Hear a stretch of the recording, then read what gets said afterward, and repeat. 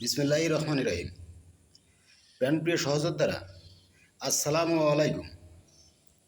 আপনি রাজনীতি করছেন, রাজনীতির সাথে সম্পৃক্ত আছেন।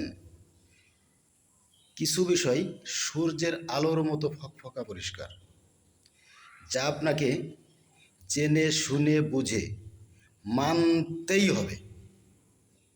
কিছুই করার নাই, অযথা ঘেউ ঘেউ করে কোনো লাভ নাই। যেমন কমিটি হচ্ছে, কমিটির সময়গুলোতে দেখবেন যে অযোগ্য অথর্ব লোক দিয়ে যখন কমিটি হবে, বা আপনি যে দলের বিপক্ষে লড়েছেন, রাজপথে ঘাম জড়িয়েছেন, কবরে শুয়েছেন, শ্মশানে ঘুমাইছেন, বাগানে মশার কামড় খেয়েছেন আন্দোলন সংগ্রামের সময়, সেই দলেরই লোক দিয়ে কমিটি সাজানো হয়েছে কিছু কিছু। কিন্তু আপনি বিরোধিতা করে কিছুই করার নাই। তার কারণ হয়তো কোনো না কোনো নেতার সুপারিশে এটা হয়ে থাকে, যার কারণে কিছু আপনি করতে পারবেন না। আরেকটা বিষয় হচ্ছে দল ক্ষমতায়, দলীয় সুযোগ সুবিধা। রাজনীতি যদি 100 লোকে করে, তার ভিতর থেকে পাই মুষ্টিমায় হাতে গোনা 2-1 জন। সবাই পাবে এমনটা না, প্রত্যেকেই কিন্তু নেতার কাছের লোক, বিশ্বস্ত লোক, আস্থাভাজন এগুলো হয় না। আমরা যতই বলি না কেন, এগুলো হয় না, সম্ভব না। তার কারণ সবাই নেতার মনের ভিতরে ঢুকতে পারে না। বা এর ভিতরে আরও কথা আছে, সেটা হচ্ছে নেতার পক্ষে সবাই কিন্তু একনিষ্ঠাভাবে কাজও করে না, যার কারণে নেতার কাছে সবাই প্রিয় হয় না। তবে কিছু বিষয় খারাপ তো লাগতেই পারে। লোভ লালসা প্রত্যেকেরই আছে। হয়তো 10,000-এর ভিতরে 1 জন পাবেন কিনা আমার সন্দেহ হয়, যে দেশের জন্য, সমাজের জন্য, দলের পক্ষে কাজ করার জন্য রাজনীতিতে আসা। এই জাতীয় লোক খুবই সীমিত, যা গুগলে সার্চ দিয়ে পাওয়া কষ্ট হবে। আমার ব্যক্তিগত ধারণা, বাদবাকি সবাই কোনো না কোনো স্বার্থের বিনিময়ে রাজনীতি করে বা করতেছে। তো সুবিধে সবাই যখন পাচ্ছে না, তখন কিন্তু যে লোক সুবিধে পাচ্ছে তার বিপক্ষে কথা বলবে। ফেসবুকে, টুইটার, টিকটক, ইনস্টাগ্রাম, বিভিন্ন গণমাধ্যমে লেখালেখিও করে থাকে। তো আমার কথা হচ্ছে, আপনি নেতার কাছে বিশ্বাসযোগ্য হচ্ছেন না, তাহলে নেতা আপনারে কেমনে বিশ্বাস করাবে? বিশ্বস্ত হবেন কিভাবে?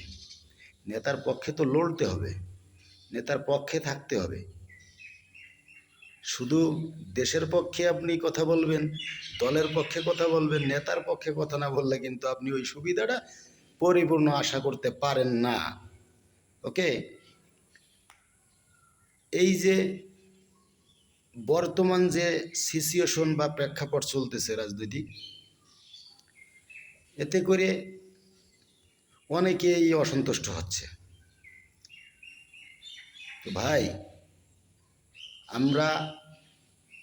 আমার দেখা টোটাল মাগুরা 2-এর 19টা ইউনিয়ন, এই 19টা ইউনিয়ন থেকে আমাদের শালিকা, মোহাম্মদপুর এবং মাগুরা সদর 4 ইউনিয়নের যে 19টা ইউনিয়ন, এই 19টা ইউনিয়ন থেকে সর্বোচ্চ হাতে গোনা অ্যাক্টিভিস্ট ছিল 50 থেকে 60 জন টোটাল গ্রুপ থেকে।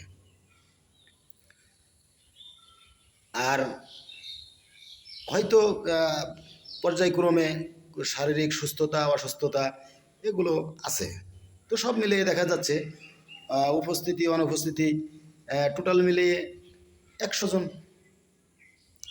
আমি মনে করলাম প্রত্যেক প্রোগ্রামে সবাই অ্যাটেন্ড করতে পারে নাই, সেক্ষেত্রে 100 জন আছে। তবে এখন দেখা যাচ্ছে দল ক্ষমতায় আসার পরে এই যে যে 19টা ইউনিয়ন থেকে কয়টা লোকের সাথে আমাদের মন্ত্রী বা এমপি মহোদয় তাদের যোগাযোগ মেনটেন বা তাদেরকে কাছে ডাকা, ভালোবাসা, কাজ দেওয়া নেওয়া, এইগুলো আর কি ব্যাপার স্যাপার। তো এখানে দেখা যায় টোটাল মিলেই হয়তো হাতে গোনা 5-7 জন লোক আছে। তো ভাই তাদের হ্যাডামও আছে, তারা নেতার পক্ষে কাজ করেছে বিধায় নেতার কাছে বসাইছে, এইটা আমি জানি বা মানি। এখন আমার কথা হচ্ছে যারা দলের পক্ষে লড়েছে এরা কিন্তু আসলে হয়তো এদের বোধগম্য হয়নি যে এটা বাংলাদেশ, যেখানে বাংলাদেশের জাতীয় ফল খাইতে গেলেও কিন্তু হাতে তেল লাগিয়ে ঠোঁটে তেল লাগিয়ে তারপরেই কিন্তু সেটাতে হাত দেওয়া লাগে। আর রাজনীতি তো অনেক দূরের ব্যাপার। তো সেই ক্ষেত্রে শুধু দলের পক্ষে কাজ করলেই যে আপনি সুবিধা পাবেন এটা আশা করা কিন্তু একবারেই বোকামি বললে চলে আমার মনে হয়। তো যাই হোক, আমি বেশি কথা বাড়াবো না। আপনারা যারা বিভিন্ন সময় সমালোচনায় লিপ্ত হন একটু বুঝে শুনে লিপ্ত হবেন, যেখানে যে সমালোচনায় কোনো কাজে আসবে না, শুধু শুধু কথা বাড়িয়ে সময় নষ্ট, শরীর নষ্ট, ঠিক না? এগুলো করার দরকার কি? যে যেমনি চলতেছে, পানি যেদিকে গড়াচ্ছে ওদিকে গড়াই যাক না, সময় তো আর একদিনের না, তাই না? মুরব্বীরা কথাই বলে প্রতি বছর কিন্তু মাঘ মাস একবার আসে, সেটার অপেক্ষায় থাকুন আর সেভাবেই চলুন। ভালো থাকবেন সবাই। আল্লাহ হাফেজ। আসসালামু আলাইকুম রহমতুল্লাহ বরকাত।